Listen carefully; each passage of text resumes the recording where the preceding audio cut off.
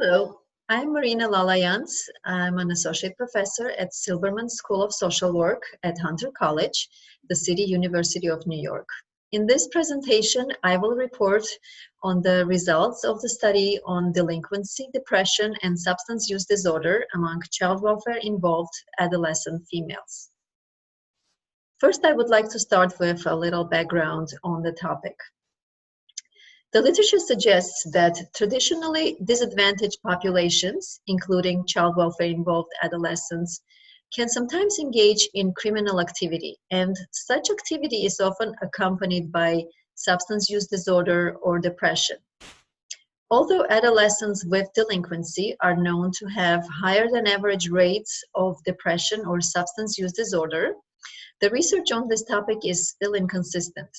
For example, some studies found that early substance use disorder can lead to delinquency, but other studies suggest that the opposite is true, that delinquency can lead to substance use disorder.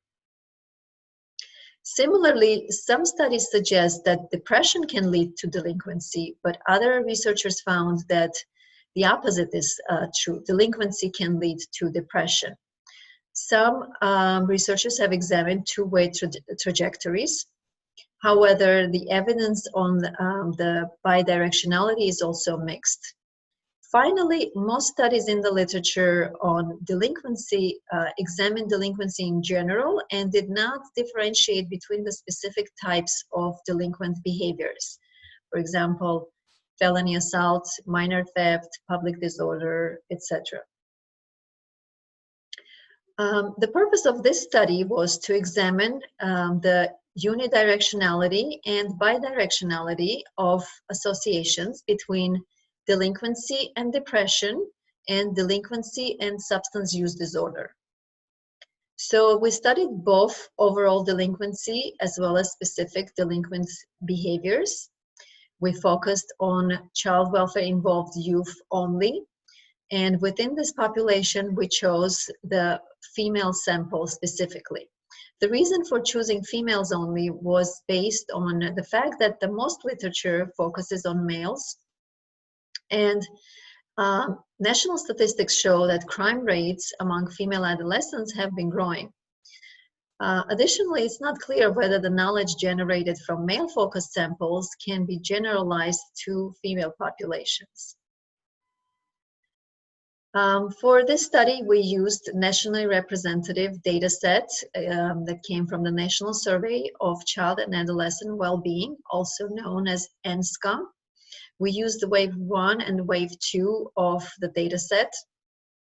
The sample consisted of over 5,000 children, and we specifically restricted it to females, 11 years old and older. And we used logistic regression to conduct the analysis. The measures that were used by NSCA to measure depression was Children's Depression Inventory. For substance abuse or dependence, they used DSM-4 criteria. And for delinquency, it was a self-report of delinquency with various subtypes such as minor theft, felony assault, property damage, public disorder, status offenses, and other subtypes. For control variables, we used demographic information of the child. We used child welfare information and family-related risk factors. So what we found was that the association between delinquency and depression was unidirectional, which means that delinquency predicted depression, but depression did not predict delinquency. When we looked at specific types of delinquency, we found that minor theft almost quadrupled the likelihood of adolescent depression. Now, looking at the link between delinquency and substance use disorder, we found that this association was bidirectional. Delinquency predicted substance use disorder, and substance use disorder predicted delinquency. When looking at the specific subtypes of delinquency, we found that public disorder almost tripled the risk of substance use disorder. As far as the implications, we can state that it is extremely important to assess and address substance use disorder, depression, and delinquency among child welfare involved populations. So what practitioners could do specifically is that they can screen for overall delinquency as well as specific types of delinquency, and they could offer interventions that have been shown to be effective in preventing depression or substance use disorder. One of those examples is the cognitive behavioral psychotherapy.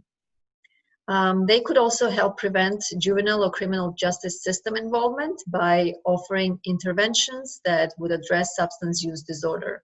For example, intensive outpatient treatments.